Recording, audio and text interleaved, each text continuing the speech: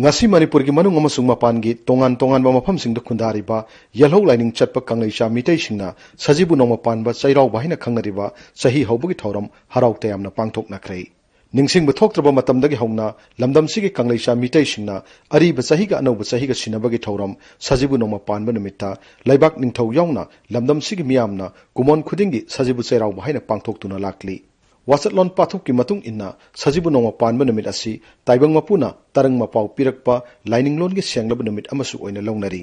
numit asida khurai wangkhai ya school amasung khwai pana gi pana lakpa marina magi pana gi phi machu koget amasung khadang chet laktuna maikei mari sin thungna sagol tonglaga sarik amadi phiral thetpa chai ama paiduna ngasidagi anobu kumja ama hore kumja tek hongnare thaja nau hongnare sajibu lakyan taire haina miyam pumnamak tanaba lauduna satkani miyamna sahi hoba khangan babu chai paiduna law e haibadagi chairau ba haina khangnarakhi pana lakpa marina chai paiduna lawraga sahi hoba khangnabagi chanabi asi maidingu kyamba haktaktagi toktuna nupa amakhakpu chaithaba misak ohenki kum amagi awa ana laina laichet tinyat khoyet naba tinmu laimu phattaba miyam amadi laibak ningthogi awa ana pumnamak mahakna purage hairaduna pumnamakki usinmi oina thodang lawki masibu chai thadoklaba chaithaba haina khangnakhi chaithaba misak asi sahi khudingi hongani chai paiduna lawbu tokrabasu anobu kumhauba sajibu nonga panba numitpu ngasi su chairau bahina khangnari maidingu kyamba haktakta hiangloi hairiba misak asina kangleipaki ahanba chaithaba oiki sajibu nonga panbada chairau basi puari mamangi matam leinung lonja pakhangba masung kyamba ningthogi haktaktagi semdok semdin tawraga chanarakle haina longnari kyambagi haktakta hiangloi namoi chawbana chaithaki haina tisi hachan namagi lairik da maithais da palli wangam sudon tanna langhai kumsing khudingi kumja lakyen taiba khudingisu poirei idairem singna chaithaba haina kauraga thaupu horasunu haina ningthau kyambana lauthoktuna chanarakibane sajibu chairaubu nongma watlingai sahigi aroiba tha lamtagi thasi numitta sana konungi amaiba singna haibok chingi laifamda sing chatpagi laithok pangthoknai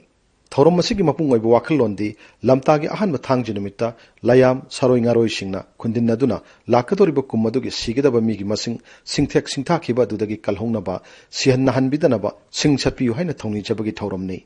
chairaubagi ayukta kummadugi tinthung laithung amadi phattaba pumnama koi haina thajanaduna laifam taret ki isingna iru sadengbagi thorom pangthoknai laibak ningthogi oinadi thoromasi pangthoktabu yade sanamahi lainingda chairaubu numit asi lu henba anobu punsirol ama sengot sagatpagi wakhallonga sagonaba yum amadi yumgi akoiba mafamsing sanamahi gi phambal ima leimerel sidibigi isaipu sengdoktuna anobu phiroi hongba haikat laikat tamba cheng manamasing amadi thong thakadaba polamsing laining thau sanamahi amadi ima leimerel sidibigi mafamda kacheduna kaliba polam adugi mathelu koising aduna chagluk ohum siamduna thongal konthong wangmada hairuk thawma yongna katnei oi thangba chagluk aduna hakum chairaubagi mayai thangba aduna mathang sahigi chairaubagi yet thangba aduna kumsi sahigi chairaubagi ni konthong wangmada chagluk kalibasi lamlai sing sakthak tambani chagluk ohum asibu lamaba tumaba lamsenba tusenba kumsana kumlik lai hairiba lai ohum asina khungani makhoigi arem apa sing adu hanu kokchau hanu leikham khunda hanba ohum asina kona khulhogani lamlai sing asiga sakthak tamkhrabade karigumba hiram amatada ayat apan khurau chelaroi haibagi thajanabi lai adubu misam singnadi chagluk amakhaktamak katpagi chanabisu adum leiraki chairaubu numitta lining thok leimarel amadi lamlai singda chagluk katpaga loinana yum amasung ingkholgi tongan tongan ba mafam singda la maset amamamda haptuna chagluk sing kathoi chairaubu numit ki ayukta saroi khangli basisu chairaubu ga thadoknaba yadraba laithongni laibaki oina sana kononggi loisangna lining thok nongsaba ibudau pakhangba yumjau lairembigi phiroi phingam hongba hairang lerang katuna lehan tamgani sana kononggi amaibi pena sakpa singna thongak lairembi langon ningthau tarung lairema amasung huidol pokpigi phiroi phingam haikat laikat tamduna asithong thingbiramnaba achangthong hangbiramnaba thongni jagani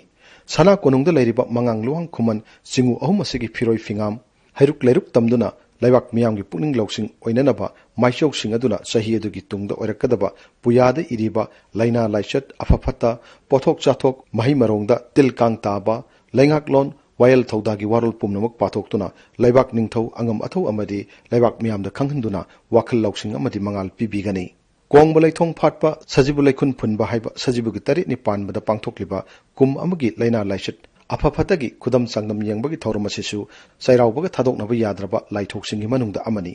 chairaubu numitki nungthilda manak nakpa singda kaduna lining thau lairema singi mafamdagi punsi ni nei तसेंगनमक सजिबु नोंग पानबद पांथोकलिबा चैरावबा असि खुनाय असिबु थवाई हापलिबा मदि फुरुप असिग थादोकनबा यादना सागोनदुना लाक्लबा पिक्लबा फुरुप असिबु मालेमद सक्ताक्लिबा लाइगी थौरम अमनि मसिगी मथक्ता फुरुप असिगी कुमसिंग कुंबाबा नाट अमसुंग सेनबालोन सेंगोटपदसु चैरावबना अचौबु इनोट पिरि अमरमदा ngasiगी मालेमगी मफम कयादा अपिकप फुरुप कांगलुपसिंगना मुदखिगदौरबा मसागी सक्तम कंजनबगी इहौ कया सथनरक्लिबा असिगुम सिरब तानफम असिदा सजिबु नोंग पानब चैरावबगी थौरम पांथोक्तुना मसिंग यामजद्रब फुरुप असिगी सक्तम कन्ननब होनब हाइबसि अखोय पुमनमकी यामनमक तंगाई फदबा मांगद तादुना लैरिबा थौदांगनि हाइना लौफम थोई।